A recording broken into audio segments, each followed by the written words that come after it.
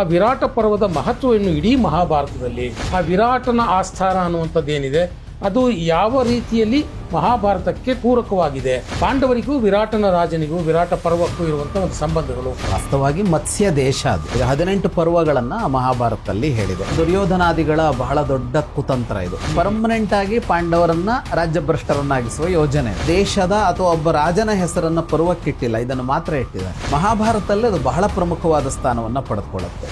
ಸ್ನೇಹಿತರೆ ನಮಸ್ಕಾರ, ಹೊಸದಿಗಂತ ಡಿಜಿಟಲ್ ಚಾನೆಲ್ಗೆ ಸ್ವಾಗತ. ನಮ್ಮ ಸತ್ಯ ಮಿಥ್ಯ ವಿಶೇಷ ಸರಣಿಯಲ್ಲಿ ಇಷ್ಟು ದಿನ ರಾಮಾಯಣದ ಅನೇಕ ಸಂಗತಿಗಳನ್ನು, ಅನೇಕ ಸನ್ನಿವೇಶಗಳನ್ನು, ಅನೇಕ ವ್ಯಕ್ತಿತ್ವಗಳನ್ನು ನಿಮ್ಮ ಮುಂದೆ ಎಳೆ ಎಳೆಯಾಗಿ ಇಟ್ಟಿದ್ದಾರೆ ವಿದ್ವಾನ್ ಜಗದೀಶ್ ಶರ್ಮ ಸಂಪ ಅವರು.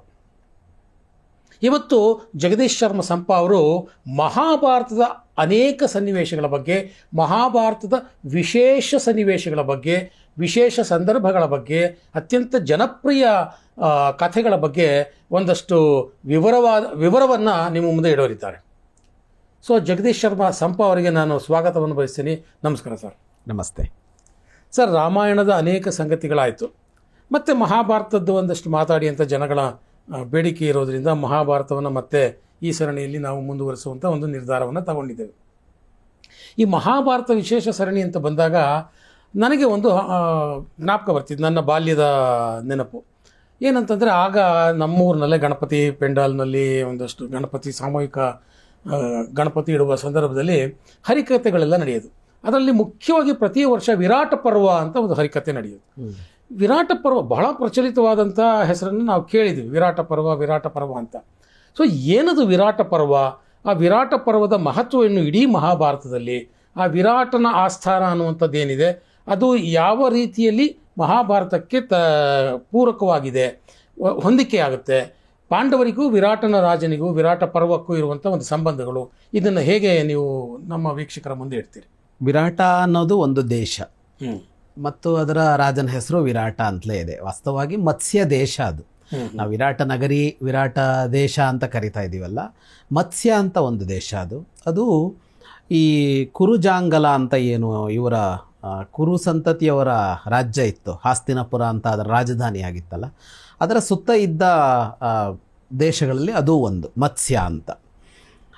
ಮತ್ಸ್ಯ ಇತ್ತು, ಶೂರಸೇನ ಅಂತ ಇತ್ತು, ಪಟಚ್ಚರ ಇತ್ತು, ದಶಾರಣ ಇತ್ತು, ಹೀಗೆ ಅದರ ಸುತ್ತ ಚೇದಿ ಇತ್ತು, ಸಾಲ್ವ ಇತ್ತು. ಈ ದೇಶಗಳೆಲ್ಲ ಅದರ ಸುತ್ತ ಇದ್ದವು.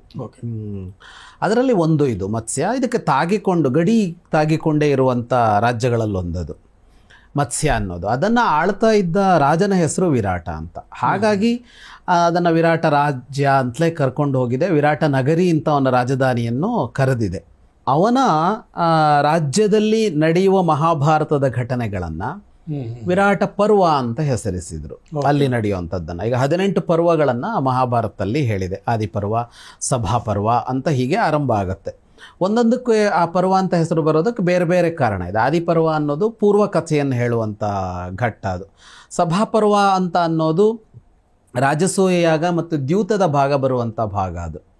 2 ಸಭೆ ಅಂದರೆ ಒಂದು ಸಭಾಂಗಣ ಕಟ್ಟಿಸ್ತಾನಲ್ಲ ಅವನು ಮಯನಿಂದ, ಆ ಸಭಾಂಗಣವೇ ದುರ್ಯೋಧನನನ್ನು ಕೆರಳಿಸೋದು ಅಥವಾ ಸೆಳೆಯೋದು, ಇಂಥ ಅದ್ಭುತವಾದ ಸಭಾಂಗಣ ಇದೆಯಲ್ಲ ಅನ್ನೋದು. ಮತ್ತು ಇನ್ನೊಂದು ಸಭೆಯಲ್ಲೇ ನಡೆದ ದ್ಯೂತ ಆ ಭಾಗ. ಅದಾದಮೇಲೆ ವನಪರ್ವ ಅಥವಾ ಅರಣ್ಯ ಪರ್ವ ಬರುತ್ತೆ, ವನಪರ್ವ ಅಂತ. ವನಪರ್ವದ ಅನಂತರ ಬರೋದು ವಿರಾಟ ಪರ್ವ.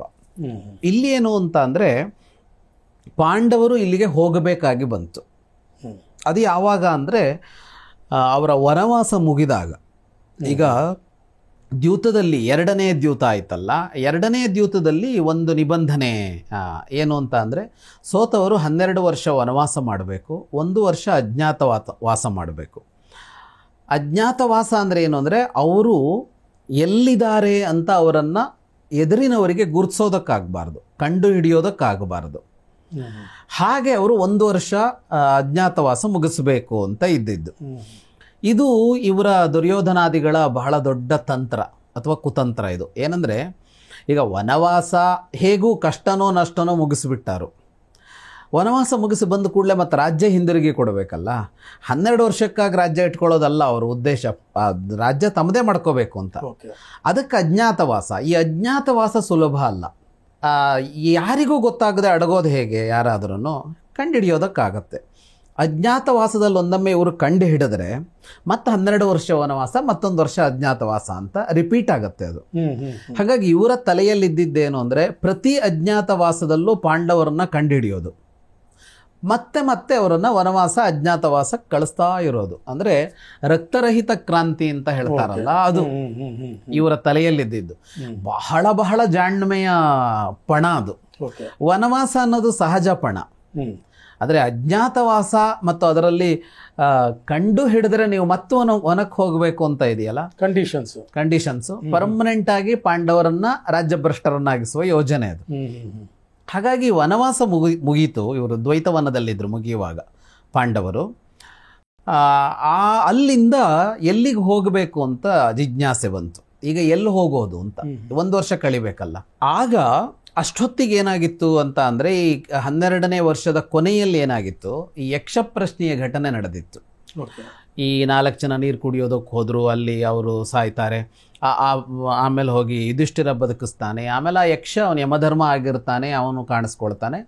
ಅವನೊಂದು ವರ ಕೊಡ್ತಾನೆ ಅವರಿಗೆ, ಏನಂದರೆ 1 ವರ್ಷ ಅವರನ್ನು ಯಾರು ಗುರುತು ಹಿಡಿಯೋದಕ್ಕೆ ಆಗೋದಿಲ್ಲ ಅನ್ನೋ ತರಹದ ವರ ಕೊಡ್ತಾನೆ. ಅವನು ಒಂದು ವರ ಸಿಗತ್ತೆ ಅವರಿಗೆ.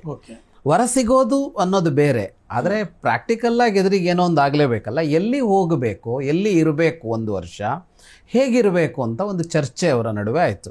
ಯುಧಿಷ್ಠಿರ ಕೇಳ್ದ, ಎಲ್ಲಿಗೆ ಹೋಗಬಹುದು ಅಂತ ಅನ್ನಿಸತ್ತೆ ಅಂತ ಅರ್ಜುನನನ್ನು ಕೇಳ್ತಾನೆ. ಆಗ ಅರ್ಜುನ ಹೇಳ್ತಾನೆ, ಈ ಕುರುಜಾಂಗಲ ರಾಜ್ಯ ಏನಿದೆ ಅದರ ಸುತ್ತದ 10 ರಾಜ್ಯಗಳ ಹೆಸರೇ ಹೇಳ್ತಾನೆ. ಅದರಲ್ಲವನು ಅದರಲ್ಲೇ ಇದೆಲ್ಲ ಬರುತ್ತೆ. ಒಂದು ಪಾಂಚಾಲ ಅಂದರೆ ದ್ರೌಪದಿಯ ತವರೂರು, ಇನ್ನೊಂದು ಈ ಮತ್ಸ್ಯ, ಇನ್ನೊಂದು ಶೂರಸೇನ, ಇನ್ನೊಂದು ಛೇದಿ ಅಂದರೆ ಶಿಶುಪಾಲನ ರಾಜ್ಯ, ಪಟಚ್ಛರ ಅಂತ ಒಂದು, ದಶಾರ್ಣ ಅಂತ ಒಂದು, ಹೀಗೆ 10 ಅದರ ಸುತ್ತ ಇರುವಂಥದ್ದು, ಆಚೆ ಕಡೆ ಈಚೆ ಕಡೆ ಇರುವಂಥದ್ದು. ಇವುಗಳನ್ನು ಹೇಳಿ ಈ 10ರಲ್ಲಿ ಯಾವುದಾದ್ರು ಒಂದಕ್ಕೆ ಹೋಗಬಹುದು ಅಂತ ಅರ್ಜುನ ಹೇಳ್ತಾನೆ. ಈ 10ರಲ್ಲಿ ಎಲ್ಲೋ ಒಂದು ಕಡೆ ಹೋಗಿ ಉಳಿಯೋದು ಒಳ್ಳೆಯದು ಅಂತ. ತುಂಬ ದೂರಕ್ಕೆ ಹೋಗೋದು ಎಲ್ಲ ಅಸಾಧ್ಯ ಆಗ, ಯಾಕೆಂದರೆ ಈಗ ಮುಗಿತಾ ಇದೆ ಅದು. ಕೂಡಲೇ ಅವರು ಅಜ್ಞಾತವಾಸಕ್ಕೆ ಹೋಗಬೇಕು, ಸಮೀಪದ ಎಲ್ಲೋ ಒಂದಕ್ಕೆ ಹೋಗಬೇಕಾಗಿದೆ ಅವರು. ಅದರಲ್ಲಿ ಯುಧಿಷ್ಠಿರ ಆಯ್ಕೆ ಮಾಡೋದು ವಿರಾಟ ನಗರವನ್ನು, ಮತ್ಸ್ಯ ರಾಜ್ಯವನ್ನು. ಅದಕ್ಕೆ ಕಾರಣ ಕೊಡ್ತಾನೆ ಅವನು, ಏನಂದರೆ ಅಲ್ಲಿಯ ರಾಜಧರ್ಮಿಷ್ಠ, ತುಂಬ ಶ್ರೀಮಂತನಾದ ರಾಜ, ಸಾಹಸಿ ಶೂರ ಎಲ್ಲದೂ ಹೌದು ಅವನು. ಅಲ್ಲಿಗೆ ಹೋಗೋಣ ಅಂತ ಅವನು ಹೇಳ್ತಾನೆ. ಹಾಗೆ ಹೇಳುವಲ್ಲಿ ಕಾರಣಗಳಿವೆ. ಪಾಂಚಾಲ ಅಂತ ಬಂದರೆ, ಅಂದರೆ ದೃಪದನ ರಾಜ್ಯ ಬಂದರೆ ಸಹಜ ಆಯ್ಕೆ ಅದು ಅಂತ ಅನ್ನಿಸುತ್ತೆ ಯಾರಿಗೆ ಆದರೂ. ಈಗ ಅಡಗೋದಾದ್ರೆ ಎಲ್ಲಿಗೋಗಿ ಅಡಗ್ತಾರೆ, ಮಾವನ ಮನೆಗೆ ಹೋಗಿ ಅಡಗ್ತಾರೆ. ಹಾಗಾಗಿ ಹುಡುಕೋದಕ್ಕೆ ಅಲ್ಲಿಗೆ ಬಂದೇ ಬರ್ತಾರೆ ಅವರು. ಈಗ ಮೊದಲು ಹುಡುಕೋದು ಎಲ್ಲಿ ಇವರನ್ನ ಅಂತ ಅಂದರೆ ಅಲ್ಲೇ ಹುಡುಕುತ್ತಾರೆ ಅವರು. ಹಾಗಾಗಿ ಪಾಂಚಾಲ ಆಗಲಿಲ್ಲ. ಇನ್ನು ಛೇದಿ ಅಂತ ಬಂದರೆ, ಶಿಶುಪಾಲನ ರಾಜ್ಯ ಅಂತ ಬಂದರೆ, ಈಗ ಶಿಶುಪಾಲನ ಮಗ ಅಲ್ಲಿ ಆಳ್ತಾ ಇದ್ದಾನೆ. ಶಿಶುಪಾಲನ ಈ ಮಗ ಇವ್ರ ಕಡೆಗಿದ್ದಾನೆ. ಶಿಶುಪಾಲ ಕೃಷ್ಣನ ವಿರೋಧಿಯಾಗಿದ್ದ ರಾಜಸೂಯದಲ್ಲಿ ಇವರೆದರಲ್ಲೇ ಶಿಶುಪಾಲನ ಹತ್ಯೆ ಆದರೂ ಕೂಡ ಶಿಶುಪಾಲನ ಮಗನಿಗೆ ಪಟ್ಟ ಕಟ್ತಾನೆ ಕೃಷ್ಣನೇ. ಮತ್ತೆ ಇವರು ಬಂಧುಗಳು, ಅಂದರೆ ಶಿಶುಪಾಲ ಕುಂತಿಯ ತಂಗಿ ಮಗ ಅವನು. ಹಾಗಾಗಿ ಬಂಧುಗಳು. ಅಲ್ಲಿರೋನು ಈಗ ಬಂದ ರಾಜಕುಮಾರ ಬಹಳ ಇವನೇನು ಅಲ್ಲ. ಮತ್ತೆ ಅದೂ ಕೂಡ ಸಹಜ ಆಯ್ಕೆಗಳಲ್ಲಿ ಒಂದಾಗತ್ತೆ. ಇನ್ಯಾವುದೋ ನೆಂಟರ ಮನೆಗೆ ಹೋಗಿರಬಹುದು ಅಂತ. ಹಾಗಾಗಿ ಇವರು ಚಿಕ್ಕಮ್ಮನ ಮನೆ ಕಡೆ ಹೋಗಿರ್ಬೋದು ಅಂತ ಬರುತ್ತೆ. ಹೀಗೆಲ್ಲ ನೋಡಿದಾಗ ಯುಧಿಷ್ಠಿರ ಆಯ್ಕೆ ಮಾಡೋದು ಮತ್ಸ್ಯವನ್ನ. ಅದಕ್ಕೆ ಕಾರಣ ವಿರಾಟನ ಸಾಮರ್ಥ್ಯದಿಂದಾಗಿ. ವಿರಾಟನ ಸಾಮರ್ಥ್ಯ, ವೃದ್ಧ ಅವನು, ವಯಸ್ಸಾಗಿರುತ್ತೆ ಅವನಿಗೆ, ಶೂರರಾದ ತಮ್ಮಂದಿರಿರ್ತಾರೆ ಅವನಿಗೆ. ಹಾಗಾಗಿ ಅಲ್ಲಿಗೆ ಹೋಗೋಣ ಅಂತ ಅವರು ತೀರ್ಮಾನಿಸ್ತಾರೆ. ಹಾಗೆ ತೀರ್ಮಾನಿಸಿ ಅವರಿಗೆ ಅಲ್ಲಿಗೆ ಹೋಗುತ್ತಾರೆ, ವಿರಾಟ ನಗರಕ್ಕೆ ಹೋಗುತ್ತಾರೆ. ಆ ವಿರಾಟ ನಗರ ನೀವು ಕೇಳಿದಂತೆ ಮಹಾಭಾರತದಲ್ಲಿ ಎಷ್ಟು ಪ್ರಮುಖ ಆಯಿತು ಅಂತ ಅಂದರೆ, 18 ಪರ್ವಗಳನ್ನು ಹೆಸರಿಸುವಾಗ ಒಂದು ದೇಶದ ಅಥವಾ ಒಬ್ಬ ರಾಜನ ಹೆಸರನ್ನು ಪರ್ವಕ್ಕಿಟ್ಟಿಲ್ಲ, ಇದನ್ನು ಮಾತ್ರ ಇಟ್ಟಿದ್ದಾರೆ. ಈಗ ವಿರಾಟ ಅನ್ನೋದು ಅವನ ಹೆಸರು ಮುಖ್ಯವಾಗಿ, ಅವನ ಹೆಸರೇ ಒಂದು ಪರ್ವಕ್ಕೆ ಬಂತು ಅಂದರೆ ಮಹಾಭಾರತದಲ್ಲಿ ಅದು ಬಹಳ ಪ್ರಮುಖವಾದ ಸ್ಥಾನವನ್ನು ಪಡೆದುಕೊಳ್ಳುತ್ತೆ. ಒಂದು, ಅವರ ಅಜ್ಞಾತವಾಸ ಕಂಪ್ಲೀಟ್ ಮಾಡ್ತಾರೆ ಅಲ್ಲಿ ಅನ್ನೋದು. ಎರಡನೆಯದ್ದು, ಯುದ್ಧದ ನಿಶ್ಚಯ ಆಗೋದು ಅಲ್ಲೇನೆ. ಅಲ್ಲಿಯೇ ಉಪಪ್ಲಾವ್ಯ ಅಂತ ಅದೇ ಇದರ ಒಂದು ನಗರ, ಅದು ಅವನ ದೇಶಕ್ಕೆ ಸೇರಿದ್ದು. ಸ್ವಲ್ಪ ಈ ಭಾಗಕ್ಕೆ ಬರುವಂಥದ್ದು, ಅಂದರೆ ಕುರುಜಾಂಗಲದ ಗಡಿಯ ಹತ್ತಿರ ಇರುವ ಒಂದು ದೊಡ್ಡ ನಗರ ಅವನದ್ದು. ಉಪಪ್ಲಾವ್ಯದಲ್ಲೇ ಕುಳಿತು ಮುಂದಿನ ಯುದ್ಧದ ನಿರ್ಣಯ, ಇವರು 7 ಅಕ್ಷೋಹಿಣಿ ಸೈನ್ಯ ಬೆಂಬಲ ತಗೊಳ್ಳೋದು, ಕೃಷ್ಣ ಸಂಧಾನ ಕಲ್ಲಿಂದಲೇ ಹೋಗೋದು, ದುರ್ಯೋಧನನ ಕಡೆಯವರು ಸಂಧಾನ ಕಲ್ಲಿಗೆ ಬರೋದು, ಇಷ್ಟು ಆಗೋದು ಈ ಮತ್ಸ್ಯ ದೇಶದಲ್ಲೇ. Okay okay. ಹಾಗಾಗಿ ಕುರುಕ್ಷೇತ್ರ ಯುದ್ಧ ಅಜ್ಞಾತವಾಸದಲ್ಲಿ ಇದ್ದಾಗಲೇನೆ ಮುಗಿದ ಮೇಲೆ ಅಲ್ಲೇ ಇರ್ತಾರಲ್ಲ, ಯುದ್ಧಕ್ಕೆ ಹೋಗೋವರೆಗೆ ಅಲ್ಲೇ ಉಳಿತಾರೆ ಅವರು. ಹಾಗಾಗಿ ಕುರುಕ್ಷೇತ್ರ ಯುದ್ಧ ಅಂತ ಇಡೀ ಮಹಾಭಾರತದ ಪ್ರಧಾನವಾದ ಇದೇನು ನಡೀತು ಅದರ ನಿಶ್ಚಯ ಆಗಿದ್ದಲ್ಲಿ ಅಂತ. ಹಾಗಾಗಿ ನಮ್ಮಲ್ಲಿ ಇವಾಗ ಈ ಯಾವುದೋ ಒಂದು ಊರಲ್ಲಿ ಒಂದು ನಿರ್ಣಯ ತಗೊಂಡ್ರೆ ಜಾಗತಿಕವಾಗಿ ಊರಿನ ಹೆಸರು ಇಡ್ತಾರಲ್ಲ, ಈ ಲಾಹೋರ್ ನಿರ್ಣಯ ಅಂತೆಲ್ಲ ಇದೆಯಲ್ಲ, ತಾಷ್ಕೆಂಟ್ ನಿರ್ಣಯ ಅಂತೆಲ್ಲ ಹೇಳಿದ ಹಾಗೆ ಅದು ಒಂದು ಪ್ರಮುಖ ಆಗತ್ತಲ್ಲ. ಹಾಗೆ ಈ ಮತ್ಸ್ಯ ದೇಶ ಬಹಳ ಪ್ರಧಾನ ಆಯಿತು ಅದಕ್ಕೆ. ಮತ್ತು ಇನ್ನೂ ಒಂದು ಅದರ ಪ್ರಭಾವ ಏನು ಅಂತ ಅಂದರೆ, ಪಾಂಡವರ ವಂಶ ಮುಂದುವರೆದಿದ್ದೇ ಈ ವಿರಾಟ ನಗರದ ವಾಸದ ಕಾರಣಕ್ಕಾಗಿ ಅಂತ ಹೇಳಬೇಕು. ಯಾಕೆಂದರೆ ಅರ್ಜುನನ ಮಗ ಅಭಿಮನ್ಯುವಿಗೆ ಉತ್ತರೆಯನ್ನು ಕೊಟ್ಟು ಮದುವೆ ಮಾಡಿದ್ರು ವಿರಾಟನ ಮಗಳನ್ನ. ಈ ಕುರುಕುಲದಲ್ಲಿ ಎಲ್ಲರೂ ಸತ್ರು, ಯಾರೂ ಉಳಿಲಿಲ್ಲ. ಉಳಿದಿದ್ದು ಸಂತಾನ ಯಾವುದು ಅಂದ್ರೆ ಅಭಿಮನ್ಯುವಿನ ಮಗು ಪರೀಕ್ಷಿತ ಮುಂದುವರೆದಿದ್ದು. ಹಾಗಾಗಿ ವಿರಾಟ ರಾಜಕುಮಾರಿಯ ಮಕ್ಕಳಿಂದ ಕುರುವಂಶ ಅನ್ನೋದು ಉಳ್ಕೊಳುತ್ತು ಮುಂದೆ. ಹಾಗಾಗಿ ಇದಿಷ್ಟು ಈ ವಿರಾಟ ಪರ್ವದ ಮಹತ್ವ ಮಹಾಭಾರತದಲ್ಲಿ ಕಾಣಿಸುತ್ತೆ. ಅಲ್ಲಿಗೆ ಬಂದಾಗ ಅವರು ವೇಷ ಮರೆಸಿಕೊಂಡು ಬರ್ತಾರ, ಅವ್ರು ಹೇಗೆ ಅಲ್ಲಿಗೆ ಪ್ರವೇಶ ಆಯಿತು ಅಂತ, ಪಾಂಡವರ ಪ್ರವೇಶ? ಮತ್ಸ್ಯಕ್ಕೆ ಹೋಗೋಣ ಅಂತ ಯುಧಿಷ್ಠಿರ ಆಯ್ಕೆ ಮಾಡಿದ್ಮೇಲೆ ಹೇಗೆ ಹೋಗೋಣ ಅಂತ ಕೇಳ್ತಾನೆ. ಪಗಡೆ ಆಟವೆಲ್ಲ ಜೂಜಾಗಬೇಕು ಅಂತ ಇಲ್ಲ, ಒಂದು ಆತಂಕ ಇದೆ. ಈ ಆತಂಕ ಅವನಿಗೆ ಖುಷಿ ಕೊಡುತ್ತೆ. ಪಾಂಡವರ ವನವಾಸ ರಾಮನ ವನವಾಸಕ್ಕೆ ವ್ಯತ್ಯಾಸ ಇದೆ. ಪಾಂಡವರ ವನವಾಸದಲ್ಲಿ ಇವರು 5 ಜನ ಹೋಗಿದ್ದಲ್ಲ, ಅವರನ್ನೆಲ್ಲ ಎಲ್ಲಿಗಾರು ಕಳಿಸ್ಬೇಕು, ಅವರನ್ನೆಲ್ಲ ವೇಷ ಮರೆಸೋದಕ್ಕಾಗೋದಿಲ್ವಲ್ಲ.